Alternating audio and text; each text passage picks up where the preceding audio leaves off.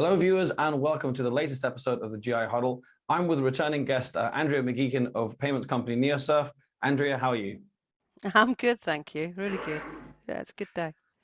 Yeah, it is. Good to hear. Good to have you back on the show on the huddle. Thank you. And before we begin, just a little plug for the our recent payments focus magazine, Yeah. which you can find on gamblinginsider.com, which of course you were a contributor for as well. Yep. Yeah, it's a good thing. Nice thing to focus in the payment side as well. Yeah, we certainly agree, and that's why that's our inaugural payments focus magazine. Payments in gaming, always a big issue, but just becoming more and more of a talking point. And that, I guess, leads us to our topic today. We're going to be talking about payment regulations and keeping up with kind of changing regulations. To start off with, could you give us a little background into life as a payments company supplier, and how often do regulations change, let's say within one market, for example?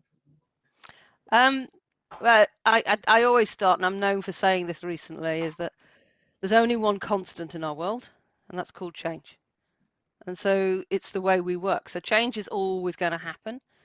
And to be honest, that's keeping up with making sure that the payment process is safe, and it's all about the user. But I'd be wrong to think and state that change is constant within a single market. Mhm. It isn't. It's not that changing. Interpretations do, though. So there's a big difference between has a market changed the rule? I mean, we are e-money, and as an e-money, we have to abide by the EU directive on e-money. Even in the UK, the FCA still carry on. Of course, we're not only in Europe, but on that context. Mhm. And it's not about the fact that the EU directive says X, Y, Z, and we're a voucher, and the EU directive talks about having, if you go over 50 euros, you could do KYC. We're all fine about that. But in some countries, the interpretation is, yeah, I'm not going to do that. I'm going to make it zero. And I don't judge the fact that they make it zero. I do judge that they do it and just sometimes don't even tell you, and then come back and knock on your door. So, oh, are my rules zero? You should have done it. So it's not so much the change, it's about the interpretation, it's about the different way of different people using it. But there's payment regulators and there's gambling regulators, and then when they cross over, we've got a lot to talk about on that subject. But Yeah. my worst nightmare really is the changes are okay. It's the interpretation of them, and then it's the players in the whole market that can create really bad myths. And from our side, we're not MasterCard, we're not Visa, we're not a bank, but MasterCard, Visa, and banks think they can engage with different regulators and outcome an answer to something that then has massive impact on us and our operators. And some of those are things like, oh yes, yeah, you do anonymous vouchers. They're not anonymous. You call them anonymous, we don't call them anonymous. And it's traceable cash is what we do. So it's getting over the challenges of the myths and the interpretations that's our biggest challenge today. Mhm. Interpretation of new directives, yeah, that's hard. New gambling operating regulators understanding what we are, because we're not invited to the table. So our challenges aren't the change itself, it's getting the change to be involved and engaged in it. Technology-wise, there's an answer to everything, and looking after the player and maintaining the conversion for a good player is at the heart of it. But our only constant is change. It's what Mhm. our life is. That's what we've got Mhm. to do. I'm still here and enjoying it, so that's okay. Given these the interpretations that you talk about and the different players as well, as you say, MasterCard, Visa, banks, payments companies, they don't just work in one market, they work in multiple. So given everything you've mentioned 82 there, for us, yeah. yeah, and the change that you talk about, how does a payments company, payment supplier keep on top of all these moving parts? Oh, structure. Absolute commitment to a structure of information, digital platform use, or digital payment, so we should be a digital but digital platform use across the teams and across the territories, and data, AI. We've invested in some seriously good experts. We've always had our monitoring. We've always been able to do our transactional monitoring under our e-money rules, but with the different types of rules, and then when you get a different interpretation, and then a gambling operator adds another layer going, Well, I think in the Netherlands payment regulator says, yeah, no, we'll have the 50 for the voucher, but the KSA said, yeah, but I need it to be 0.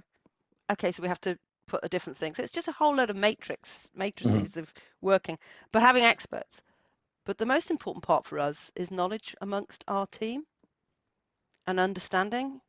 So we have that structure of communication, and we have adopted protocols that enable us to understand what that is, so somebody can quickly understand if the protocol is being adhered to, and if a protocol is changed. I mean, protocols are something they use in the medical world, but we're using that because it's a very easy structured way of everybody to understand. So you've got people creating processes, you've got people deploying it and understand how to deploy it in their role, and then you've got the data analysis that's constant there to say this is how that's working. So we've got amazingly good and much cleverer than I am people behind all of this. It's good. And at the end of the day, technical. Our technical world is very agile. We work in an agile way so that we can adapt.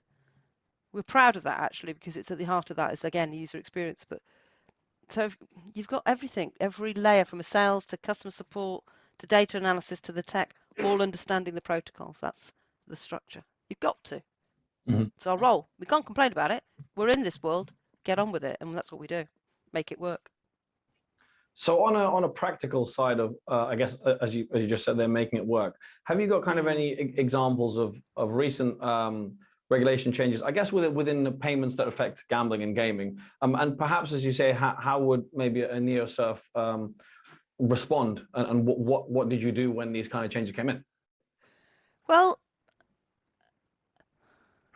I'm going to use Ontario and the Netherlands on here, both of which had initially a negative approach to our kind of product, but because they didn't know, and I'll tell you the detail in a minute, but I can sit here and say that both the KSA in the Netherlands and the Ontario regulator, I would shout from the rooftops about their amazing style of engagement in a time which is so crazy that they're going through.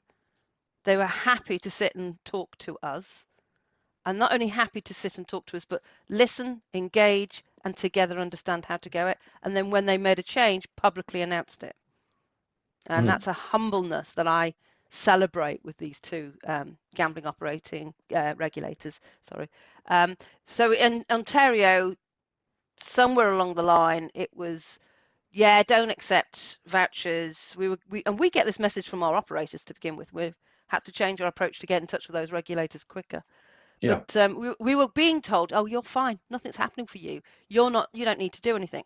Actually, we did. We had to register our wallet with Ontario, and we had to kill the myth that we are a non-traceable cash voucher product, and we aren't. There is more risk at a prepaid MasterCard or Visa card than there is at a Neosurf voucher, and we had to prove that because of how we control everything. And they were great.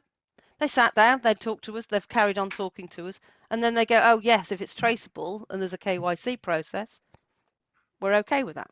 And the same for the Netherlands, because the Netherlands forgot vouchers, actually. They, way back, we were called Argel then in France, when they brought in their rules, they just forgot. So I didn't even realize it existed. Okay, it does, and it's important, and they listened. They engaged. It took a long time to find the right person to talk to, but when you did, you got it. And I do like the way the KSA admit, we got that wrong, we're going to get this right. I like this whole perception. And they've gone ahead and told operators, and we've got the ability to now say to operators, we're not banned. There are a few payment methods that are banned and barred in the Netherlands, but our product is not. And this is how our product works. Having to convince a few of them because they've been talked to by some of our competitors that have suggested that we're not. That's a slight, we don't like negativity in the market. We prefer collaboration personally, but so there's been a few challenges on that, but the two regulators in Ontario and Netherlands, fantastic. First time. Try to have that conversation with the Gambling Commission in the UK. Won't be as easy. We'll get there. We'll get there. We'll get there. I'm not judging them. It's just getting time from them. But those two guys show the path, and really, really, really impressed with them. Really am. Sure. I mean, it might be more of a maybe even a side note. I guess a digression from payments, but with regulators like that, you often hear gambling operators will they may complain about them for the very same reason that their regulations are good and stringent and protect the player as well as encouraging gambling. But certain operators might say, well, it won't be as strong as of a market. But for a payments company like yourself, the dialogue is so important, and dialogue is always, even operators want it, but sometimes when they get it, maybe that's a little side note. I agree. We can complain a lot if we want, or we can be very positive and go say how we're going to deal with it. Absolutely. I've had so many conversations and panels and interviews and stuff, but yeah, and they blame the regulator and they blame too much. There's too much going on, but it's actually we've got to be very positive and proactive about let's engage. And it's not, and I can sit there and say there are some that won't even open the door to us. Go and knock again. Go and knock again. In the payments world, if I want to talk to the payments regulator, I might not always like what they're going to say to me, but they will open the door and have a conversation. Payments are so vital, and I would shout to every gambling regulator, Visa, MasterCard, and the banks are not the only people who understand it, or the big high processors, be it, and I'm not criticizing them, but even the PaySafe group now are so big and in the processing world, even they, I think, forget their own area of what we're talking about. We need them to engage and understand, because that's the true understanding of how it's to protect the player, because that's what they're doing. They're protecting the players to make sure it's right. And we're sitting here with what we call traceable cash. We've got affordability rules within our own system, but you've got to get a conversation with these people for them to understand it. Ontario, Netherlands understood it. We were trying to get to the door. So, but I do think it's about, don't complain, guys. Take responsibility, and we're accountable for ourselves. Let's make it work. And if you do that, you'll have more say on how it could work better and user experience. But I can imagine so anybody that I know, some people I know might be going, Andrea, don't say that. I will say it. It's our responsibility. It is. So a slightly different part of, I guess, the same process. When regulations come in, when there are changes, obviously there's examples of how gaming companies are directly impacted by it. In addition to kind of working with regulators, how does a company like Neosurf, a payment supplier, work with the operator themselves and kind of help them through this kind of transition and process? I'm going to climb up on my pedestal now because I'm so passionate about this. We have a responsibility, and the gambling operator is burdened like we are, but at a different angle, but we can work together. Payments companies have a responsibility. If you want to serve a gambling operator in the gambling industry as a payments company, no matter where you sit, you have a responsibility to be a partner in that. And you have a responsibility to deliver the best you can to help everybody sort that a conversion of a good player continues in the simplest manner, and not put clunky processes in because, oh yeah, that cash. Make them do if they really want to spend cash, they can go and do it. And I know that's particular to my industry, but I'm using it as an example. But the best thing that we've been able to do, and I will sing the praises because our tech team listened. We talked about the protocols before, and I can't name them because they wouldn't want me to, but there are 3 major top tier brands, operators, who have worked with us to help us complete what we call our KYC handshake in our API. And different countries want that KYC handshake for a different reason. You've got GDPR behind that as well in Europe. But so we call it a KYC handshake because it makes people understand is that we're literally sharing KYC and making decisions behind in real time during the transaction from our API. There are different calls and there are different ways to operate that depending on what's required. Social responsibility in the UK, but also actually you mustn't have a voucher unless you've got the traceable information, credentials of that player. So yeah, so we've worked with people, and we're continuing to do that. And if any of those operators are listening to this or seeing this and they know, and I'm not going to name them because I know they don't like to be named like that, I thank them because they've really helped our team. We're very proud of the KYC handshake behind the scenes. Now what we have to do is get everybody to understand that exists and that we're not actually anonymous cash, but there you go, on my pedestal again. But the most important thing is the gambling operator deserve appropriate support from a payments company. I dislike greatly those who think they're superior. I dislike even more the people who just go, it is what it is, take it or leave it, because they've got a power of the size of their market. And I find that personally rude, and I don't like rudeness. I like honesty and supportive. So we keep going. I can't sit here and judge everybody. It's a bad thing. But I do think there's an enormous amount of us in the payments world that do think like I do and go out there and go, no, let's make it work. And it's a very positive vibe, actually, very positive vibe. But anybody that just takes this superior role, we've got a responsibility to do it. And I know that the gambling operators like that because they want the expertise. I want the expertise from what's going on with the gambling regulation. I gained in Ontario and Netherlands from assistance from the operators we work with. So you've got to help each other with the expertise that you've got, 100%. So you've got payments, massive industry, and you've got gambling, which is a big industry too. It's getting bigger and bigger, growing all the time.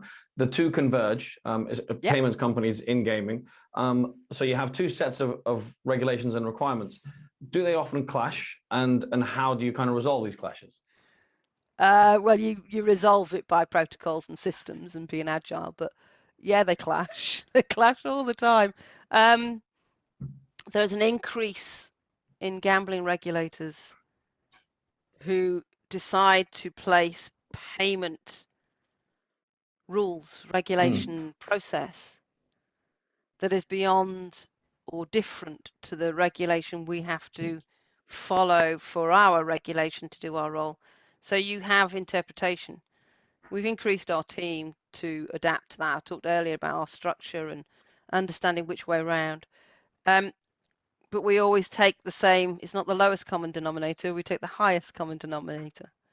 In a non-payments manner, we're launching into the US, and our sponsorship comes from a bank, Metropolitan Commercial Bank, but we will be doing our data protection under the rules of GDPR because it's a benchmark and it's the highest common denominator that you can work with in that context.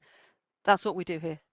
But in the Netherlands, for example, as I think I said it before, the e-money rule is adhered to the directive that says up to €50, you don't actually need to take KYC.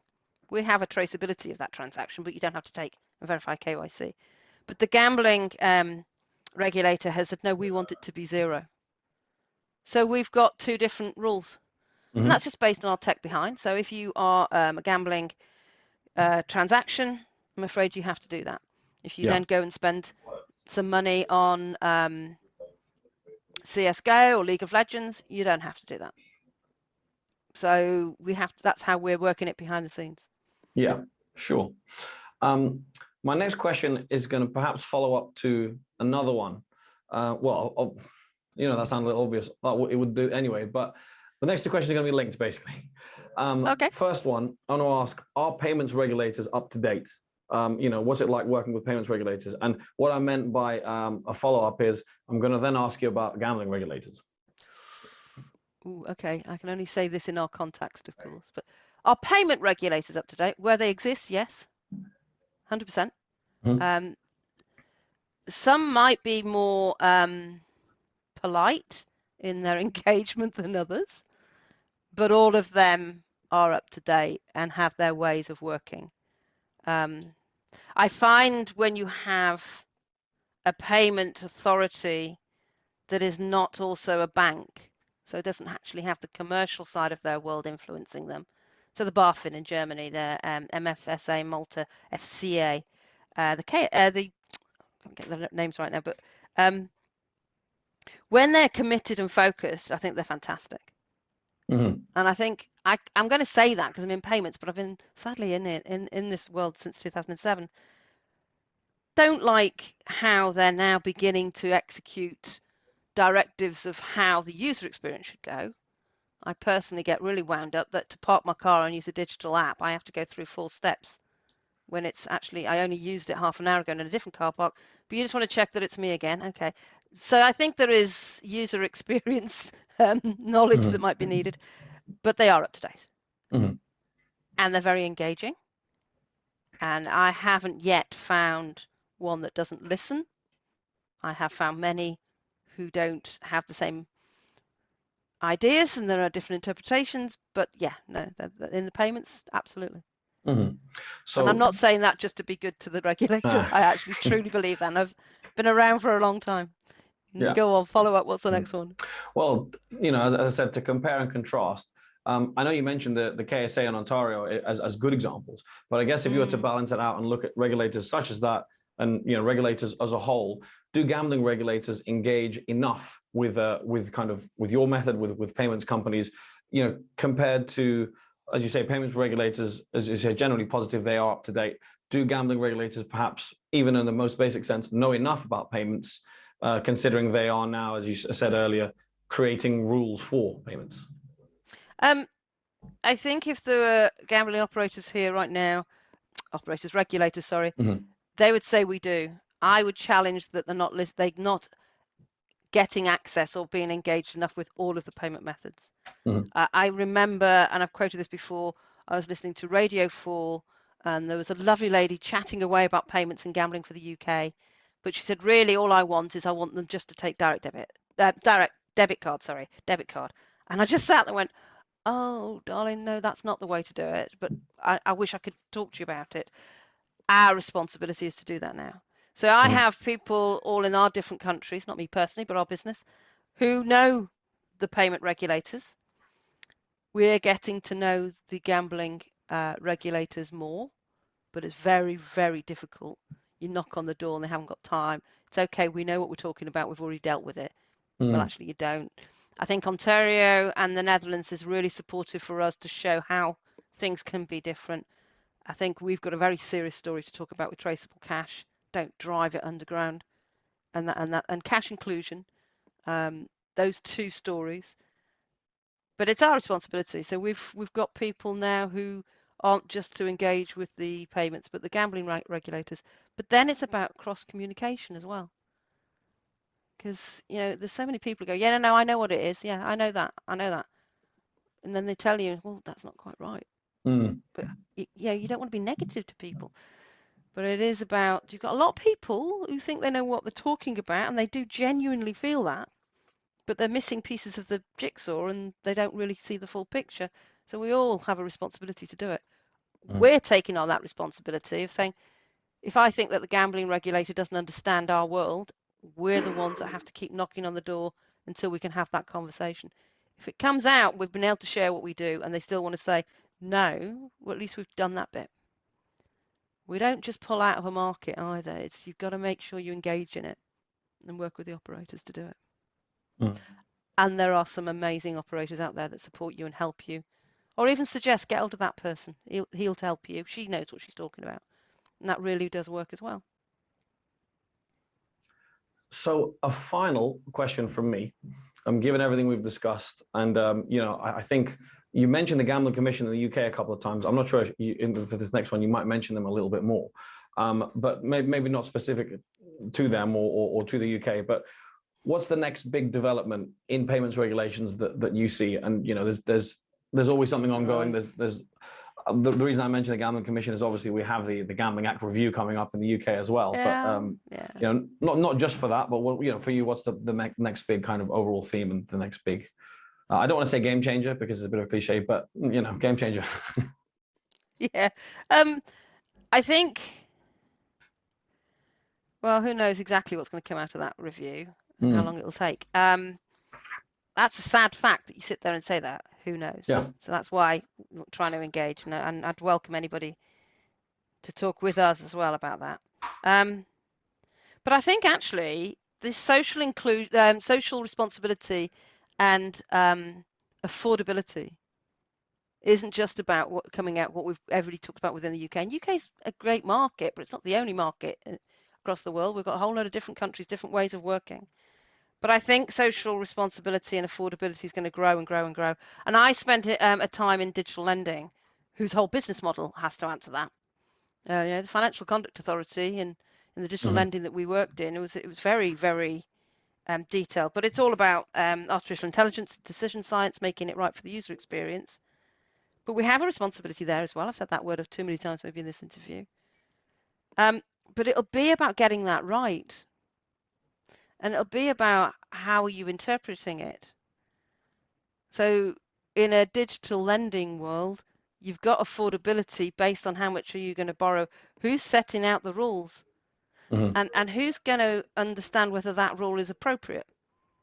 I think, was it Sweden that put down, and all the operators had to go and challenge it?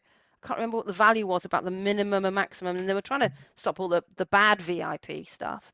So everybody's got good intentions at heart, but the social responsibility and affordability could end up hurting the industry to a point that some of these operators may go, I can't, it's just, sorry, I'll go and concentrate in a country that does care and understand and will engage.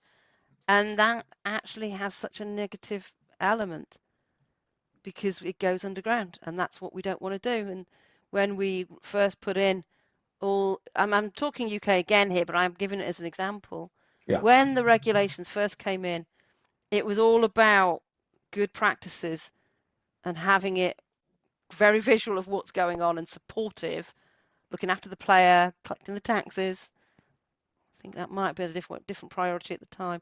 But the principle is don't just put a rule in because you've decided that's what it is, because you're basing it on very narrow understanding. We've got to bring in a lot of information. And in the lending market, they did that in the end. They did that, and they did it well. And so I'm always hopeful, but we're going to have to knock on the doors because we're not invited to make any comment about that.